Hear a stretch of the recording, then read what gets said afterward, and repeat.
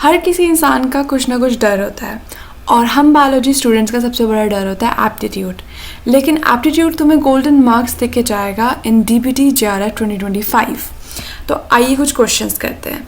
सबसे पहला क्वेश्चन है what is the value of a in the equation given below. तो हमें इसे सॉल्व करना और a की वैल्यू फाइंड आउट करनी है।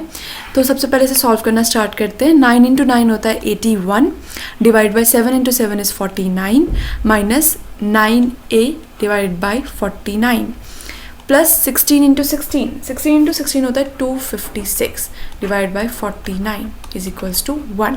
तो अब 49 यहाँ पे कॉमन आ जाएगा और हम इसे लिख देंगे 81 minus 9a plus 256 is equals to 1। 49 इधर पे इंटू पे चले जाएगा और ये दोनों प्लस हो जाएंगे क्योंकि यहाँ पे प्लस था और ये 256 और 81 प्लस हो जाएंगे। तो आंसर आता है 337 minus 9a is equals to 49। तो minus 9a will be 49 minus 337 यहाँ पे प्लस पे था तो इस साइड पे जाके it is going to be in minus. तो minus 9a is equals to minus 288 and a would be minus 288 divide by minus 9। Minus by minus cancel हो जाएगा। 9 3 × 27 एंड माइनस 1 हो जाएगा तो फिर ये 32 is going to be the right answer है। अब इस क्वेश्चन में हमें एक सीरीज़ दी गई है और हमें इसमें नेक्स्ट नंबर फाइंड आउट करना है। कुछ ना कुछ पैटर्न यहाँ पे फॉलो अप हो रहा होगा तो हमें वो फाइंड आउट करना है। हम माइनस करते हैं 84 में से 83 को माइनस करते हैं तो आंसर आएगा 1 और 83 में से अगर मैं माइनस करूँ 79 तो डिफरेंस है 4 का। सिमिलरली 79 में से अगर मैं 70 माइनस करती हूँ तो आंसर आता है 9 और 70 में से अगर मैं 54 को माइनस करती हूँ तो आंसर आएगा तुम्हारा 16। तो यहाँ पे जो भी डिफरेंसेस हैं वो एक पैटर्न फॉलो कर रहे हैं। ये किसी ना किसी नंबर के स्क्वायर है। 1 जो है वो 1 का ही स्क्वायर है, 4 जो है वो 2 का स्क्वायर है, 9 जो है वो 3 का स्क्वायर है और 16 जो है वो 4 का स्क्वायर है। और ये भी एक पैटर्न फॉलो कर रहे हैं। तो नेक्स्ट नंबर जो होगा वो होगा मेरा 5 का स्क्वायर होता है 25 और इसका मतलब है कि 54 और नेक्स्ट नंबर के बीच में 25 का डिफरेंस है। तो तुम क्या कर दोगे 54 माइनस 25 कर दोगे। 54 माइनस 25 कितना होगा 29। ठीक है, तो आंसर आ जाएगा तुम्हारा 29। नेक्स्ट क्वेश्चन है 10 workers working for 9 hours a day complete a piece of work in 20 days. In how many days will 15 workers working for 12 hours complete the same piece of work?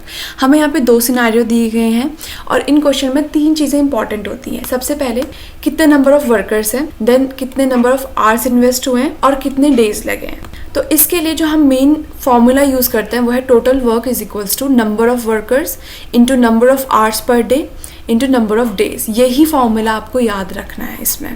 तो अब आ जाते हैं question में।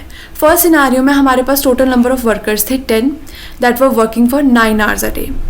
उसके बाद जो total number of days लगे थे दैट वर 20 days। अब सेकेंड सिनारियो की अगर हम बात करें तो सेकेंड सिनारियो में हमारे नंबर ऑफ वर्कर्स लगे थे 15 और नंबर ऑफ आवर्स 12 लगे थे और यहाँ पे हमें निकालना था कि कितने दिन लगेंगे। तो फर्स्ट सिनारियो में हमने टोटल वर्क जब निकालना था तो वही फॉर्मूला यूज़ किया, इन तीनों को इंटू कर दिया, 1800 हमारा आंसर आया। सेकेंड वाले में भी हम वर्क निकालेंगे तो उसके लिए हम क्या कर देंगे 15 × 12 इंटू D2। अब 15 × 12 होता है तुम्हारा 180 और 180 D2 हो जाएगा। अब वर्क डन जो है दोनों सिनारियो में वो सेम है तो हम कर देंगे इनको इक्वल्स टू। तो 1800 would be equal to 180 D2। तो D2 इज इक्वल्स टू हो जाएगा तुम्हारा 1800 डिवाइड बाई 180 और आंसर आ जाता है तुम्हारा 10। तो टोटल 10 डेज तुम्हारे इन्वेस्ट हुए हैं। अब करते हैं नेक्स्ट क्वेश्चन। इसमें हमें सीरीज़ दी गई है और हमें नेक्स्ट नंबर निकालना है, क्या होगा। तो सबसे पहले इसमें भी हम डिफरेंसेस देख लेते हैं।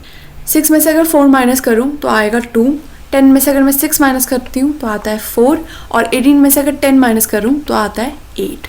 ठीक है, तो मुझे डिफरेंसेस क्या मिल रहे हैं 2, 4, 8 और ये जो है ये एक दूसरे के डबल है।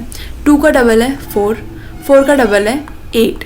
तो मतलब नेक्स्ट जो डिफरेंस होगा वो 8 का डबल होगा, that is going to be 16, which means 18 और जो नेक्स्ट नंबर है उसके बीच में 16 का डिफरेंस है।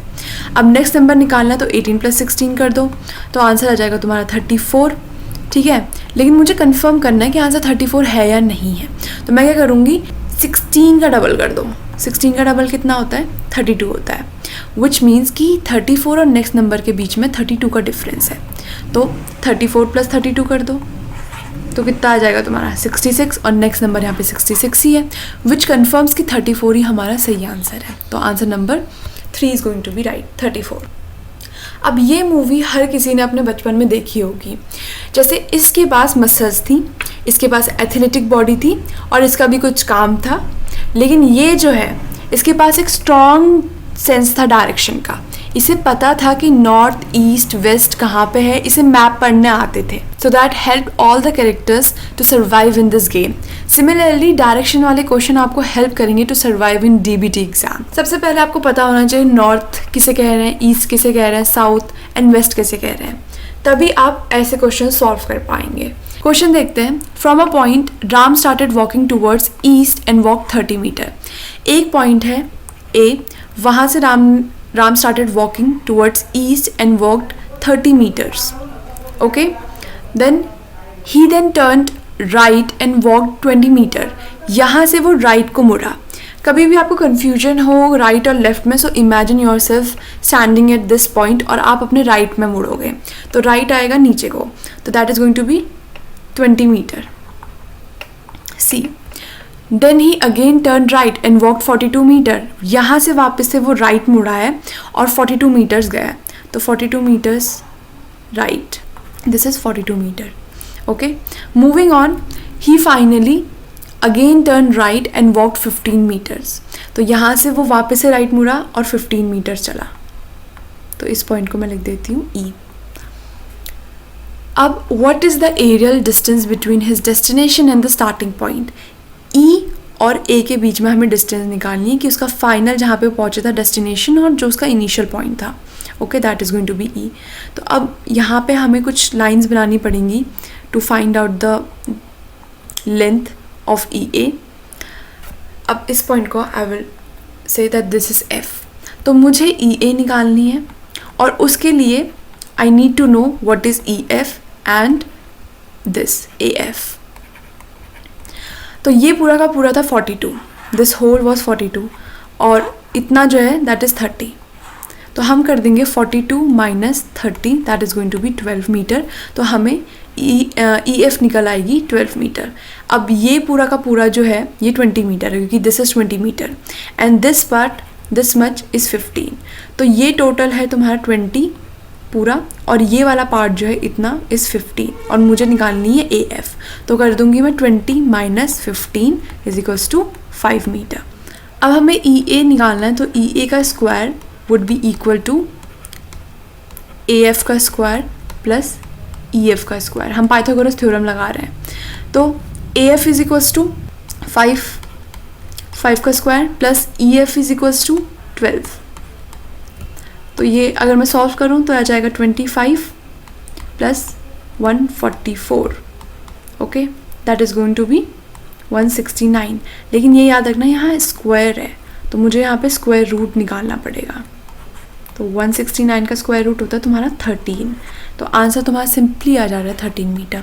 Very easy question, but direction का पता होना चाहिए, और साथ ही में ये क्वेश्चंस काफ़ी आते हैं। तो आप भी iFly की ऑनलाइन सेफ क्लासेस ज्वाइन कर सकते हैं। सेफ मतलब short, accurate, fast and efficient. iFly online classes लेता है that are easily accessible from any location.